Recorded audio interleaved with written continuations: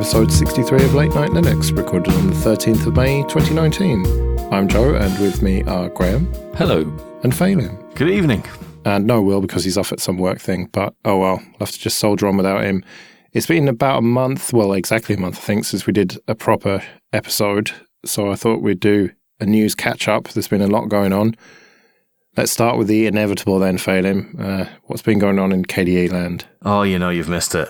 The app's 1904 release has just come out, and along with that, the associated libraries and framework release. And in amongst all of those, various fixes to Kmail, some very nice KDE Connect integration for phone numbers and emails that you can just click on and it'll dial it from your phone.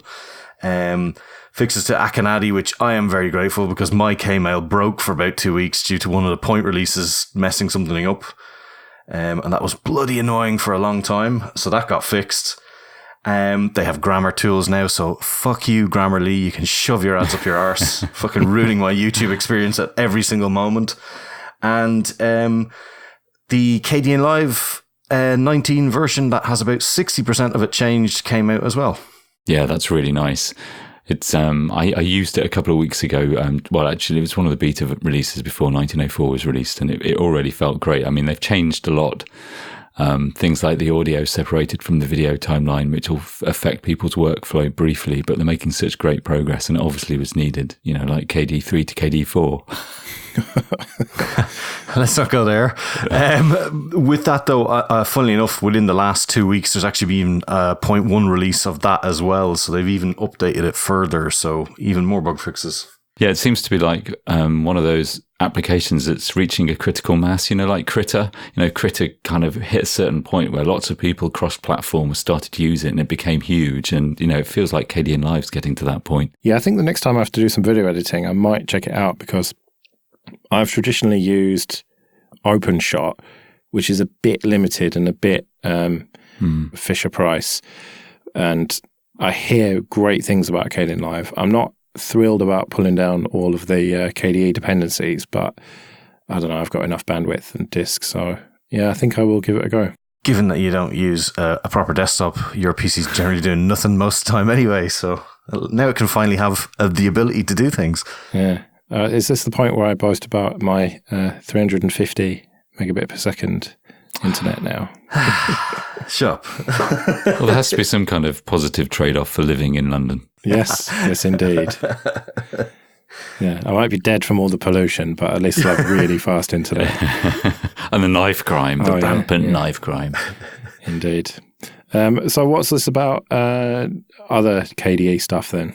Well, along with that, there has been a redevelopment of the notifications. Now, that's not here yet. It's coming in 5.16 of the framework. So that is a massive rewrite that hasn't changed much since, I believe, early KDE4, maybe late KDE4. But a lot of that has sort of fallen by the wayside. Like right now, your notifications will pop up. They'll go to a kind of a half-hearted history sort of list. And they'll just kind of stockpile there, and really everything happens in there. So, you know, you get so much spam and noise from, Wi-Fi connections going off and on and things like that, it's kind of pointless. Like, you end up just clearing it every now and again, which is not much use. So to help with that, they've split that out into per application. There'll be certain events that have priorities. So things that don't need to be in there can just disappear. Like, you don't care if the Wi-Fi goes off and on. You know, you'll see it, it'll change, then you don't need to see a history occur of that. Things that you need to see in groups, at least you'll be able to see per application. It'll list a shorter list per application that you can expand if you need to see more. There's also better multi-monitor support. So people who had multi-monitors, you would get notifications on the wrong monitor sometimes, or if there was two taskbars, it would get confused. There's a fair few bugs for that. That they've handled that nicer.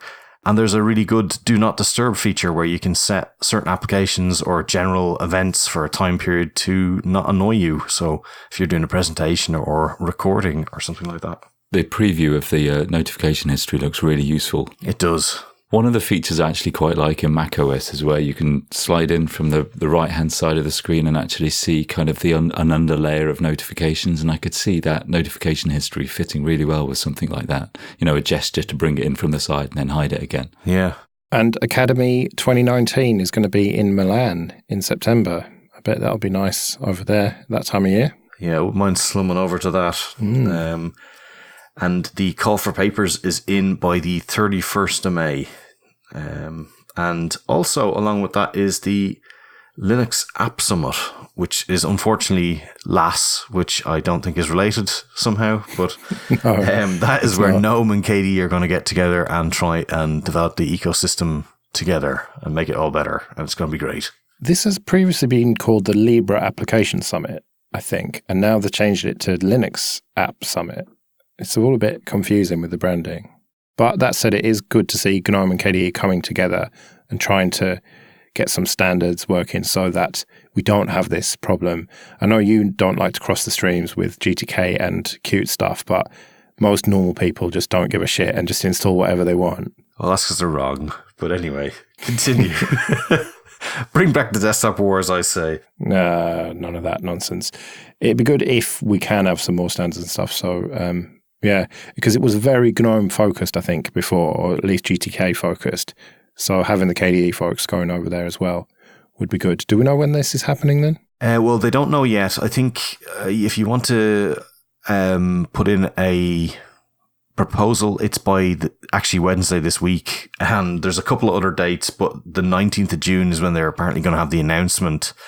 So, if you have a great idea for a place, you better be very fast and get it in there. Yeah, they say it's going to be between September and December 2019, so nice and vague. All right, well, the biggest news of the last month happened only a few days ago, and that is that Windows Subsystem for Linux 2 is actually going to ship a Linux kernel now. Instead of just translating system calls to the NT kernel, it's like a mini VM running a proper Linux kernel. So Microsoft ships Linux Shocker. And I hear they're going to pay back all the Android tax that they took for the VFAT file system as well. So expect that in the post. Everybody's getting a check. Excellent. Yeah, this is huge news. I mean, if people have used WSL, is actually quite usable on Windows. If for years you used to have to use Signix or other things, you couldn't really get a good Bash experience or a Linux experience if you were forced to use Windows. And so it worked out really well for doing that. But actually shipping the kernel is going to, well, it effectively makes it an embedded Linux right there in Windows. I mean, with the installed user base of Windows, it could potentially eclipse kind of desktop Linux users anyway. I'm just guessing off the top of my head. It could be the source of the biggest Linux user base and on desktop. Yeah, I think they're aiming for 1 billion Windows 10 users. I might be wrong with that. But it's an awful lot anyway, even like compared to Ubuntu and stuff like that. I mean, it doesn't compare with the cloud installations. No. If you think every VM that's running some sort of Ubuntu or Alpine or whatever, every Docker container, then you're talking about probably billions there. But it is significant. It's hugely significant. And the change in attitude as well, the fact that they do have to make some changes to the kernel to make it work, but they're very keen to upstream them and actually obey the GPL and stuff. It just, I don't know, Phelim, you are very skeptical of Microsoft. Is your mind being changed by any of this? Well, I mean, if they are legit, then yeah, I think it's great. But I mean, I think you have to be skeptical because we've got, if there was a scales of evidence in one side to the other, there's a massive tipping in the negative sense for all the stuff that's been done previous. And yes, people can change and it's a big company and not all of it's changed. So, I mean, I'm still fairly cautionary, I guess. I mean, I'm not going to just go, oh, it's Microsoft, or like there are more than the extremes. Like you can be somewhere in the middle. I hear a lot of podcasts where people go, oh, you're either fucking saying, what is it? Microsoft, micro blows. $$ win blows, yeah. That's the very one. You're either that or you're like, oh my God, Microsoft are the best thing ever. They've so hearted Linux right now. It's like, well, no, you can be somewhat in the middle, I think. And I don't think that's a sort of a harsh way to judge them right now because one thing I picked up on this, which I might be being petty or maybe reading too much into it, is they go on an awful lot about how they're building it with Microsoft's world-class CI/CD system. And, it's almost like we've got proper CVE databases. Like, well, of course, so do we. I mean, maybe I'm being slightly oversensitive on it, but it almost feels like they're saying, if you want to do proper business Linux on the command line, use this. Don't use the actual distro. Like, why would you do that? So, I don't know. I am dubious about it all, but I'm prepared to be surprised in a good way. Are you dubious because you don't understand Microsoft's motivation, or because it might turn out to be something else? Well, yeah, I mean, their job is to make as much money as possible. It's like saying, oh, this drug company's released this amazing drug to help everybody. No, they're trying to make as much money as possible, and it might turn out later that that drug wasn't actually the right thing to use. I think any big corporation like that is just out to make money, and that's it.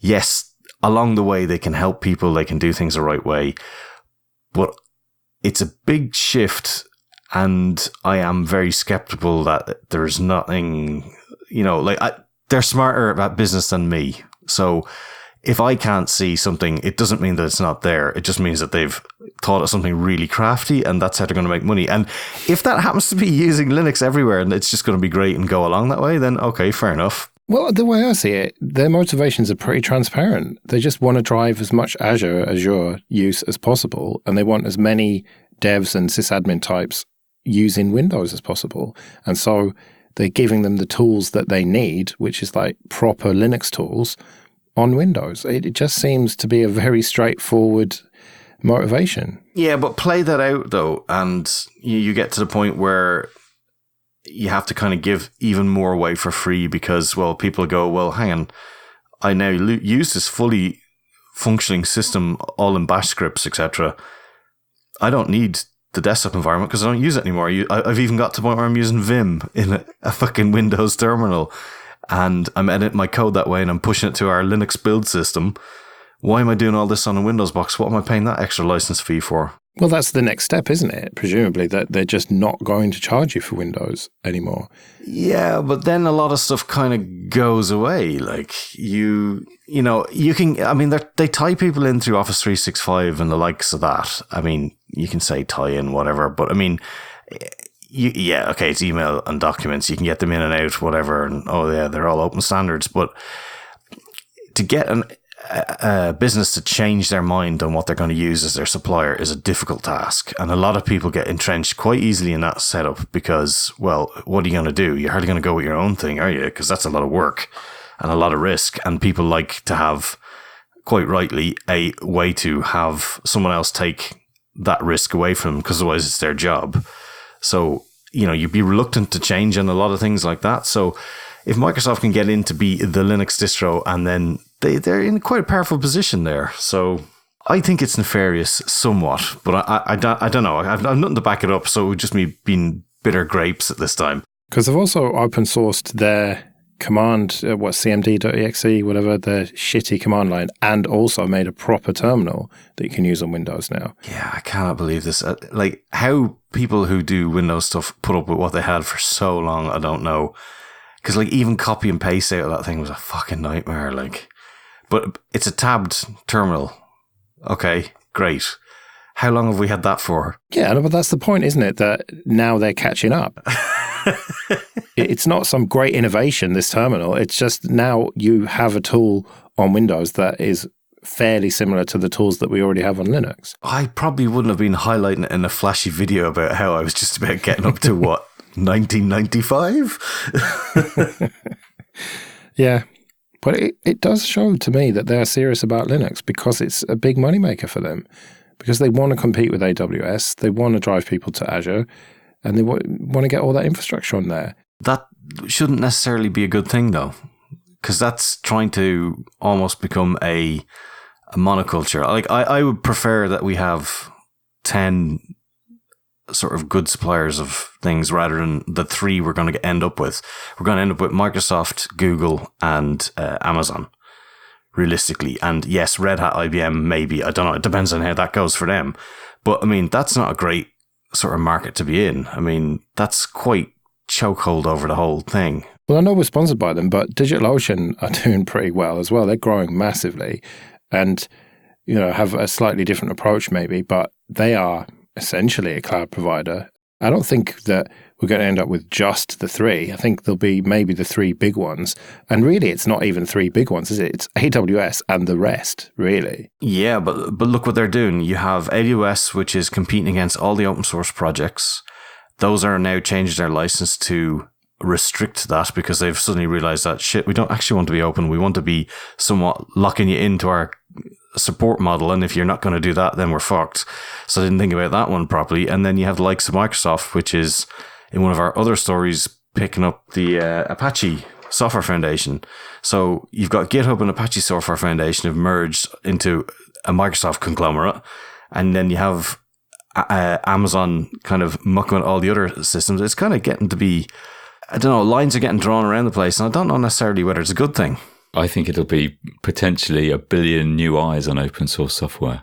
I mean, yeah, I hope so, but they might not necessarily have all the morals that we would have in terms of keeping things open, and it might not necessarily be good for it. Because a company or a group that gets a big influx of cash, it doesn't necessarily equal great things happening. It can sometimes mean the wrong people getting involved and not kind of understanding how it all goes, and that could destroy things too. I think it will change things, certainly, but we shouldn't be afraid of change.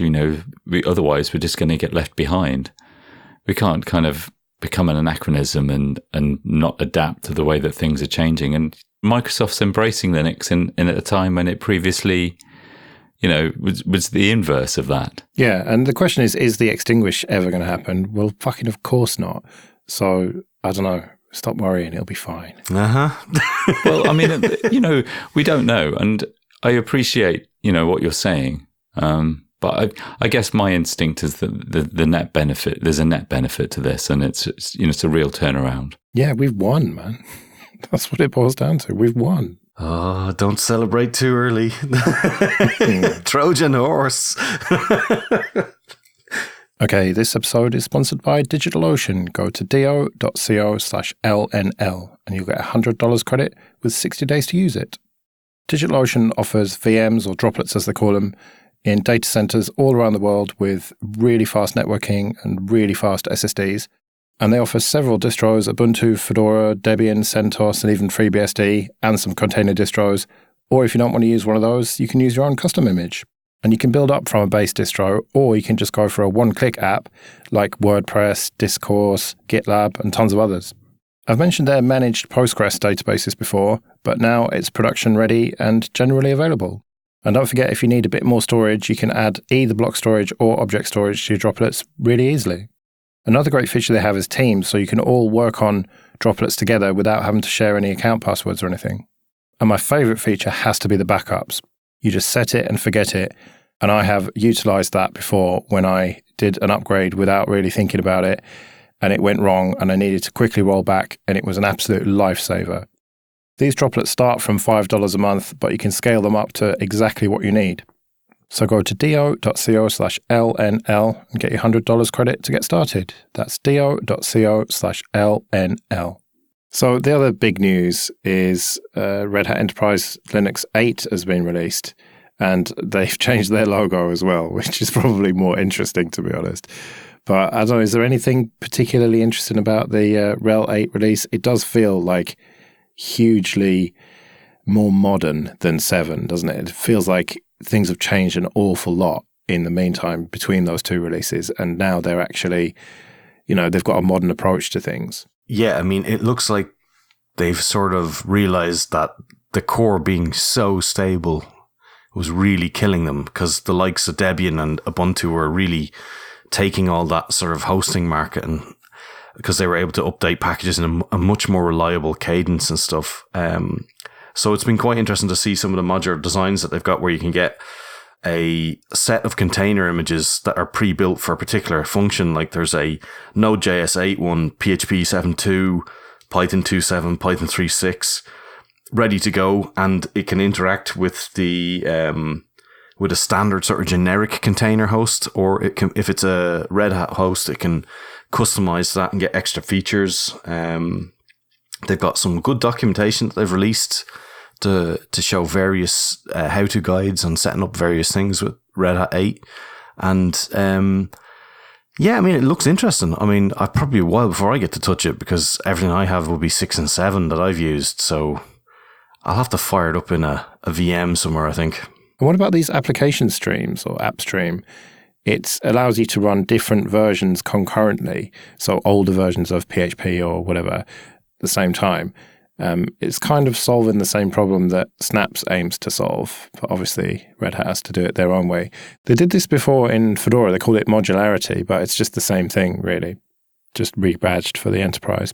And it's that modern approach to me that makes me think they have actually stood up and realized that, yeah, they need to do some things differently with RHEL to stay on top of the market, to compete with upstarts like Canonical. Yeah, I mean, I think it's healthy for there to be a good competitor, because I mean, you never want to see a good competitor disappear, because I don't think they are going anywhere. There's a lot of money there, but if you're starting a project, unless you're saying, oh, I want to install a giant Oracle database, yeah, you might use Red Hat.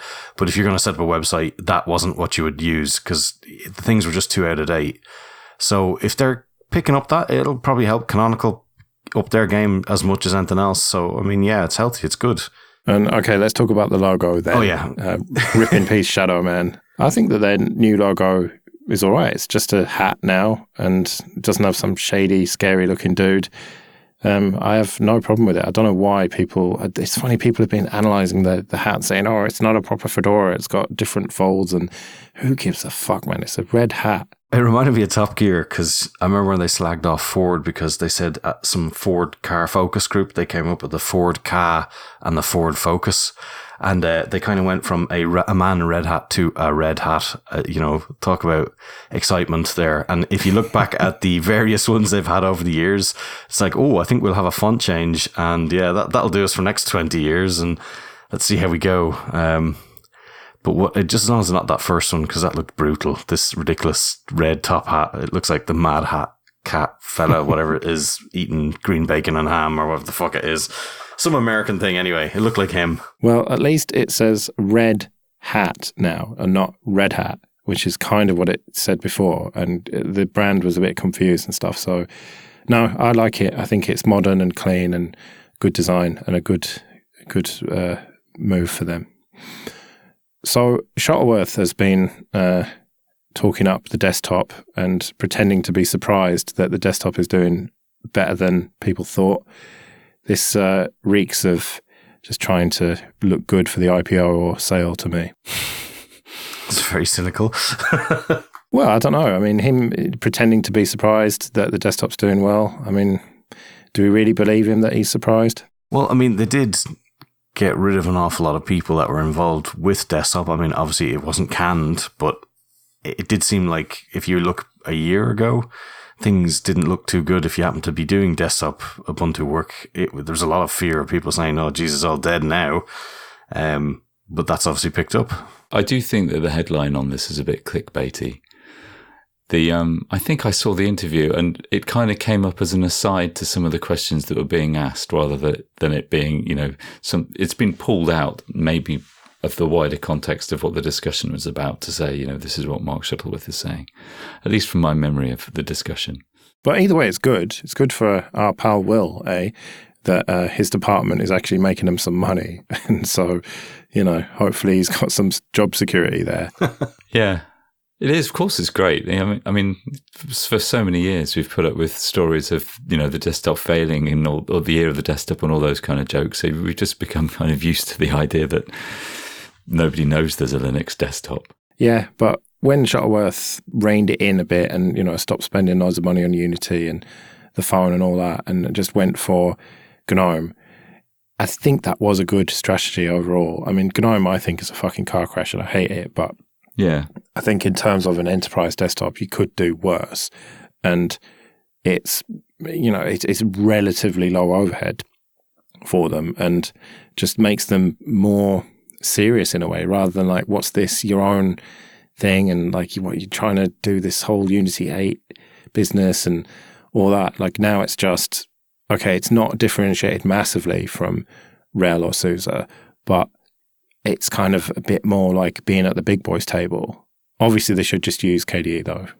get the Plasma desktop on there. Well, I'm pretty sure they could make it look like Unity in about a few days' work, and it would have been far more responsive. They would have had to do no work with that. So I think they should have just done that. They could have themed it like mad. Yeah. Or they could have just used XFCE and had it use a fraction of the RAM of anything else. But, you know. Zero functionality. When was the last time you actually tried XFCE, Phelim? I don't know, maybe 5 years ago. Well, exactly. And it hasn't changed since. Exactly. No, it has changed slightly.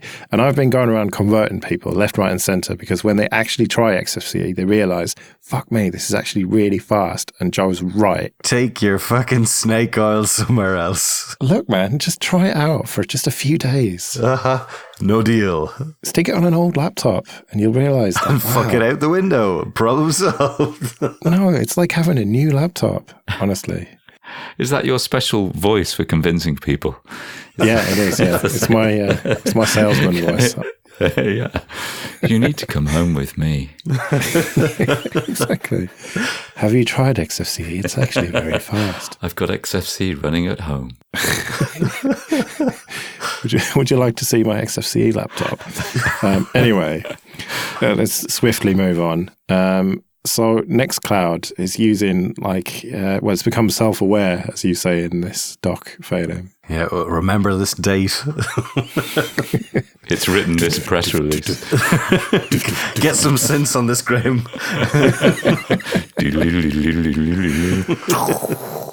So it's introduced machine learning-based security and usability features. So it's basically using fail to ban. It is, with a couple of greps thrown in there and a few rules. Job done. Well, it learnt. It's a machine. What fucking more do you want? Yeah, exactly. But, you know, this does look like a decent feature to stop people brute forcing your Nextcloud installations. Well, yeah, because I mean, the problem is a lot of those scripts don't work anymore. Like the likes of fail to ban doesn't work because they own so many machines that can just ping it by machine. So one ping from one machine, and then the next machine tries, and you can't block that easily on that. You'd have to block essentially the internet and give a whitelist as the only way to allow people in almost. So, yeah, it'll be interesting to see how it goes. I haven't got it yet. I upgraded 13, 14, 15 over the weekend because I had a really old version of Debian that I needed to upgrade first, and I've not been offered it yet. So I'm actually really looking forward to it coming out. Yeah, because they're rolling it out slowly, aren't they? They are, yeah. Which is quite a sensible approach. Yeah, it makes sense. But there's quite a few nice things in there. One of the cool things is Deck. I've been using this a few times to pretend I can organize projects, fill them all in, then leave them for several months and come back and go, oh shit, I haven't done any of this. But it's a bit of a Kanban-like board. It's pretty cool. Well, it's about time that I started using Nextcloud, I think, because we use Drive to share the flags for this show, and it must have been a couple of months ago, maybe a bit more, where it just fucking wouldn't download, and I had to get Chris to download it in Seattle and then upload it to Dropbox. And it was just a fucking nightmare. So after that, I swore I would set up a Nextcloud server, but here we are several months later, and I haven't done it. I have to sort out Let's Encrypt first, which is giving me fucking issues. I might have to get your help for that, Phelim, but we'll talk about that off air. Oh, I think I'm on holidays that week. Right. Yeah. Okay, this episode is sponsored by CDN77. Go to cdn77.com. And they are a UK-based CDN provider with a standalone live streaming platform providing end-to-end video solutions. They sponsor loads of great projects like CentOS, KDE, Fedora, Gentoo, and Funtoo.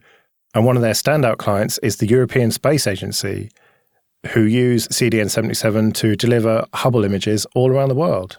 And this CDN is built from over 500 servers, all running Debian, and most of them are physical servers, only a few of them are VMs. And everything is developed in-house by CDN77. They make their own DDoS protection, and through the optimizations that they've done, they can push 80 gigabits per second of live streaming through just one machine. They've got 30 points of presence in North America, South America, Europe, Asia, and Australia, with daily peaks regularly exceeding 4 terabits per second. They're really big on innovation as well. They were the first CDN to implement features like HTTP2 and Brockley compression. But most importantly, it's really easy to use. I hosted an episode of the Joe Rest podcast on there, and it was really easy to put the file on there and link to it. and I've had no complaints about the speed from people downloading it all over the world. They've recently launched some new monthly plans with the best value on the market from $9.99 per terabytes as a global flat rate. And they've also got a pay-as-you-go option with no commitments and full transparency. They've got a 14-day trial with no credit card needed, so go to cdn77.com and sign up there.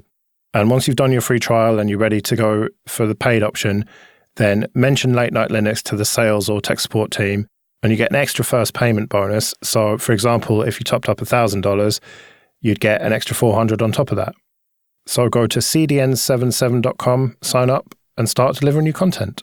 On to a bit of admin then. And first of all, thank you everyone for supporting us on PayPal and Patreon. It's very much appreciated. The Patreon continues to tick up. And remember that for $5 a month or more, you can get an advert-free RSS feed on there. So do check that out. latenightlinux.com/support if you want to join those people. And if you want to get in contact, latenightlinux.com/contact. So Mozilla had a monumental fuck-up recently. They let a certificate expire, and it just disabled everybody's add-ons and extensions, including the Tor browser, because that uses extensions. So it just, what a clusterfuck this was. You usually defend Mozilla, Phelim. Good luck. Somebody was on holiday. I know, I was actually ill. I was ill that day. I woke up with a split migraine, went back to bed and was dead all day. Woke up at 5 o'clock and I looked at my browser. I was like, what the fuck's happened to my browser? Nothing's working. And I had to ping you on Telegram, and I was like, did something happen? Because it looked a bit too sort of unusual that every single thing broke in my browser. Well, I mean, the thing is, with the thing timing out, that's doing its job properly. So, I mean, correct. Revoking a certificate, revoke the stuff. If you found out that somebody had implemented dodgy plugins and you needed to blitz the lot, there you go. It worked. It did its job. I saw people complain about that. I don't think that's the problem. I think not fucking realizing that the thing's about to time out, that's a bit of a problem, all right? Yeah, fucking set up a cron job to email you that it needs to be done if you can't automate the actual replacement of the cert. Yeah, but you know that's going to Bob, and Bob's not in the company anymore because he was the only one who set it up, and they said, who should I send this to? They went, why didn't you set yourself to that for now, and we'll set up a distro list later. Yeah, but it's just mismanagement at that point then. It just makes them look like a 2-bit operation. Yeah, understaffed and without enough resources when, you know, what is their main mission on top of all the IoT stuff and all the other things that they're trying to do? Just keep the... How many users did they lose that day? I know. How many people just said, fuck it, I'm using Chrome? Yeah. Are you going to try and defend them a bit more then? No, I mean, there's no point in defending it. I mean, Firefox is not working. That's it. I'm using Chrome now. That'll show them as like, well, no, not really. That's much worse. But fair enough. You cling to that, like. Yeah. But it's funny how they fixed it initially before they pushed out a proper update was with this studies thing. And that's why mine was switched off. Yeah, mine was as well. And I switched it back off the minute it was fixed. I don't know, just the whole thing was so badly managed as well. Not only was it an epic fuck-up, okay, it was at the weekend and stuff, but still, they didn't really communicate very well what was going on with it. And, you know, just the whole thing was just a complete clusterfuck. Yeah, it sounds like they need more sysadmins, to be honest. I mean, it's, you know, you can have lots of developers, but you need people that actually do that type of work, and I'm sure they have some, but you'd wonder if they get a full share of shouting about stuff as much as everybody else. I don't know. Well, that's what really worries me. It's not so much the specific people. It's like the processes that they've got in place, you know, the kind of the architecture that they've got in place, the people who are in charge of implementing the architecture and looking after their kind of core product. Where are these? Because you do hear these nightmare stories from commenters, you know, who claim to be ex-Mozilla, and you hear that it could be, you know, anything that you get in comments, but this is kind of, it could be evidence, and I'd hate to think it's so because it's such an important project. I really hope they take this as an opportunity to look at, you know, their processes and make sure it's really robust. Oh, totally. Because very needed, like, because we can't depend on Chrome. We just can't. No, I mean, it is, they are the leaders of the free world, effectively. Yeah. I mean, I'm still using Firefox even after this, and even after that Mr. Robot shit and all the other fuck-ups. because the alternative, I mean, Chromium you could use, but why bother? Well, I remember when IQ was here, he was talking about, you can't disassociate that from proper Google. Even with Chromium, you still have to have that when you're building it. So it's not as separate as people like to think. Yeah, exactly. So Debian Buster, which is the next release, is going to be using GNOME and Wayland, which, well, it looks that way. It's not 100% confirmed, but that's quite a big step for them. Debian's usually quite conservative, and Wayland, I know it's been around for a very long time, and it's been default in a few distros for a long time. But, I mean, even Ubuntu isn't shipping it by default yet. Yeah, I don't know much about this, I must admit, but we've been waiting for Wayland to become production ready for so long. I hope it's the case that it's getting to that point. I've done a fresh install of my wife's laptop, which is now on Neon, the latest version, and it was running X-Wayland for her by default. It's got an NVIDIA card. It's got one of the, is it Optimus cards, I think? Oh, yeah, where it switches between. The dual NVIDIA, not that it actually works, though. Yeah. Oh, so that means that it must be running Wayland then, and XApps on top of that. I've updated my Neon from the very start, so my copy is some sort of bastard Frankenstein thing from actually Ubuntu, whatever it was when they switched. So I could never justifiably say what they're using by default, but it looks like it's Wayland for them too. So mine too. I'm in the same position, and especially with NVIDIA not making the necessary patches for so long, I may have even kind of stopped it. I can't remember. Oh, you two with your fancy graphics cards. I just have Intel only. And I don't know when we'll get Wayland for XFCE, probably in about 10 years. As long as the wobbly windows are there, I don't mind. It just seems a bit odd. I suppose maybe it's time. And if Debian does ship with Wayland by default, then it's a real sign, isn't it, that Wayland has arrived finally? Yeah, it would be. I mean, there have been a couple of really showstopper bugs, though, where an awful lot of applications you think, why would that have a trouble? And like Synaptic didn't work. So they were thinking that would have to be ejected from Debian if they're going to use Wayland, and it's the whole security system that's built into it now, where you're suddenly going along to use security after the fact almost, where we've been using applications pretty insecurely using X over the years, that now we're suddenly locking things down more, and we're finding a lot of cases where, oh shit, that's not going to work at all. You're not going to be able to adjust those features. So I think there's still a scary amount of things that aren't working, but maybe, as you say, this can fix it all. Yeah, hopefully. So something you put in at the last minute, Graham, which I don't know much about, is Google has created a dedicated placement in its search results for AMP stories, starting with the travel category. So that is, just the further march of accelerated mobile pages. Yeah, well, because we talked about AMP before and I knew you felt strongly about it. And also I'm becoming increasingly concerned about Google's famed impartiality in supposedly delivering search results, and yet that's just eroded almost every single day. Placing AMP results artificially into results to promote their own open platform, I suppose it's fair to say. I don't like it. Where do these show up? Because some of us don't have Google search on our phone.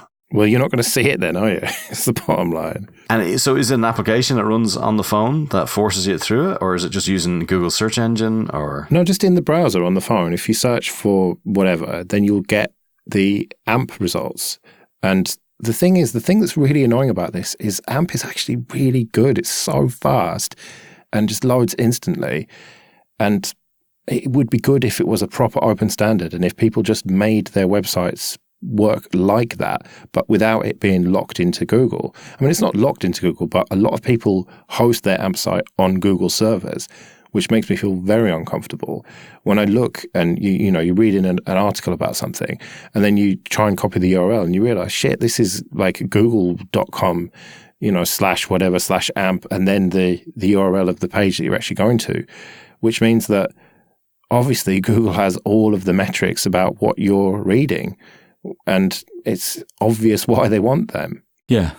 And if it's like this now, where is it going to be in another 10 years? And I get annoyed by websites continually asking me if I want to use their shite app. This sounds even worse.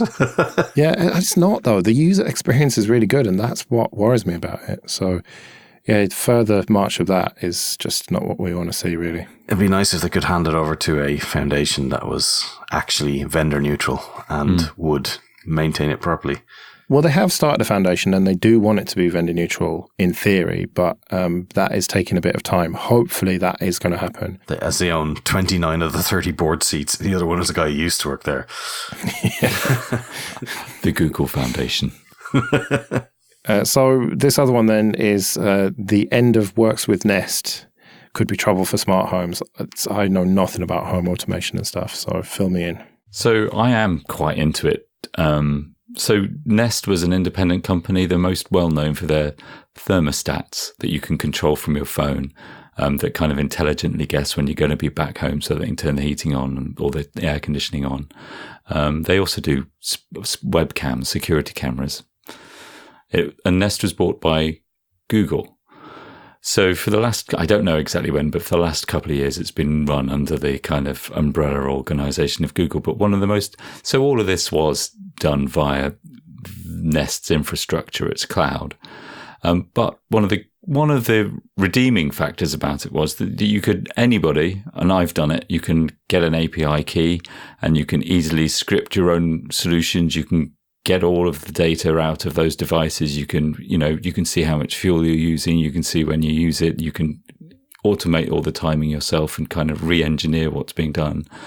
And when this first happened, when Google first bought Nest, I thought, well, that's a bad thing. It's more data in Google's hands.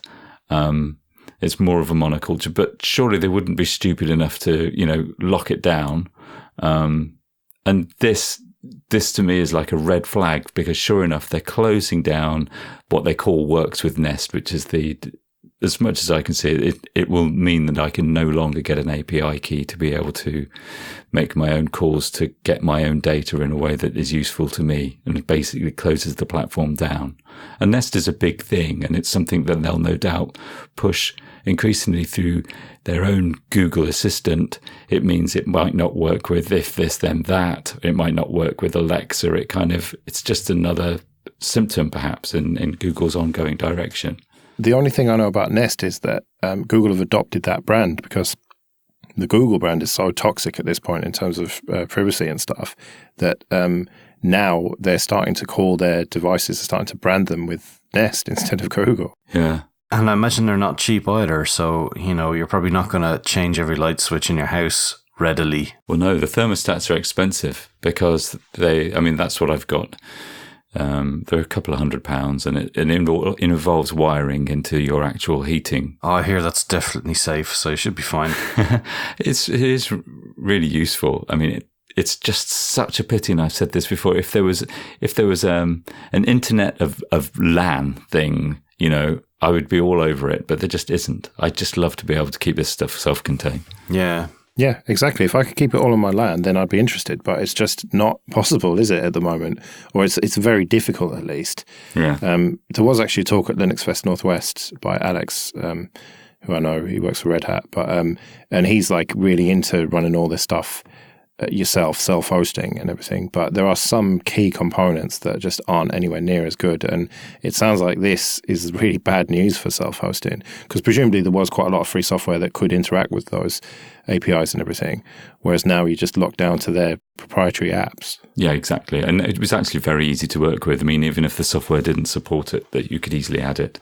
Oh well, that's a bit of a downer to end on then. Yeah.